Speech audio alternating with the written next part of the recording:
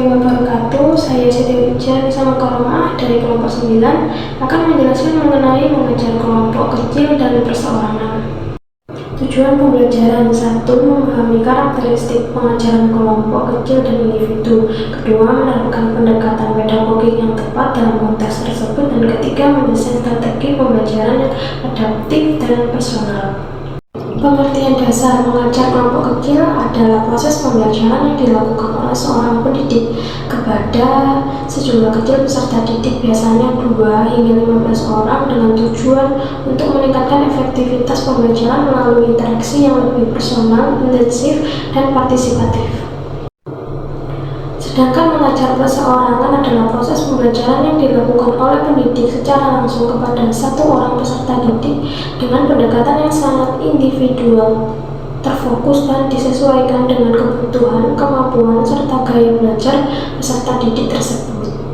Prinsip pedagogik: 1. Individualis, yaitu sesuai dengan kebutuhan dan gaya belajar siswa. Yang kedua, dialogis, yaitu interaksi dua arah ke reflektif, menambah proses berpikir. 3. Fleksibel, materi dan metode adaptif. Keempat, humanistik, relasi yang hangat dan suportif.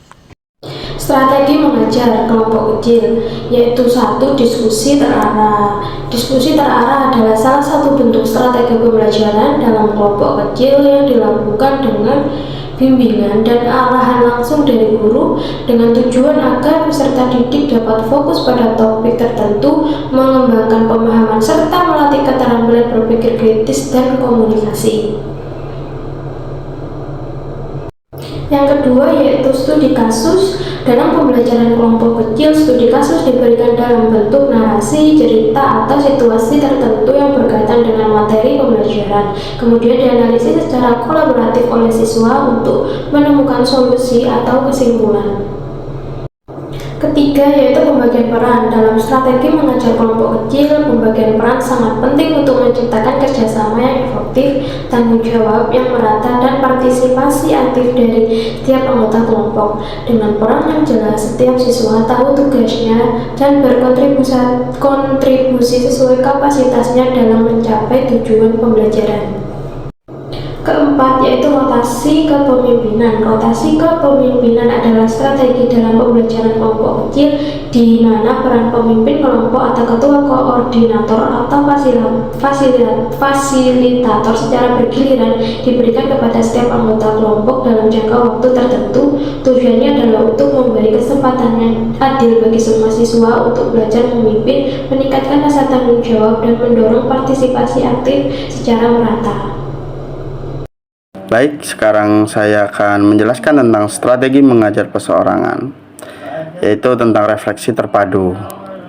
Yang dimaksud adalah dalam strategi mengajar perseorangan, proses evaluasi diri yang melibatkan siswa secara aktif untuk berpikir ulang, mengevaluasi dan mengaitkan pengalaman belajarnya dan pemahaman konsep, sikap, dan keterampilan yang telah diperoleh secara menyeluruh dan terarah. Jadi ini seperti murid yang mengevaluasi sistem pembelajaran yang didapatnya. Jadi input-input dari guru tentang materi-materi tersebut kemudian dia telah ulang dan menjadi masukan atau pengetahuan baru bagi dia. Kemudian ada penguatan positif.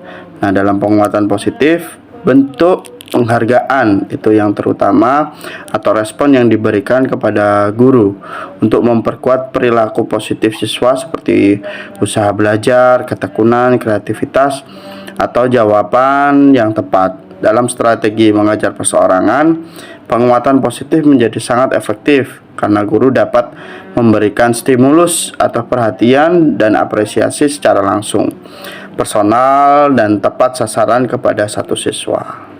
Nah, kemudian ada beberapa tantangan tentang mengajar perseorangan, di mana peserta bisa pasif dan kemampuannya berbeda-beda setiap anak, terus ketergantungan pada guru, kemudian keterbatasan waktu. Nah, beberapa solusinya yaitu bisa menggunakan pertanyaan pemantik agar anak menjadi aktif kembali, kemudian diferensiasi pengajaran. Jadi kita melihat bagaimana anak itu cenderung melakukan metode pembelajarannya, apakah kinestetik, audiovisual.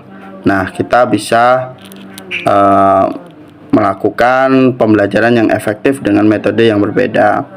Kemudian mendorong metakognisi, jadi menggerakkan anak untuk bersifat kognitif yang mandiri sehingga tidak ketergantungan terhadap guru. Kemudian fokus pada prioritas agar efisien terhadap waktu, karena materi itu banyak dan juga murid harus mendapatkan hal yang dituju, tidak melebar atau bias. Nah, kesimpulannya, mengajar dalam kelompok kecil dan perseorang menuntut kepekaan pedagogik yang tinggi. Fokusnya bukan hanya pada materi, tetapi juga hubungan timbal balik antara guru dan murid, dan juga makna yang dibangun bersama siswa. Begitu. Terima kasih.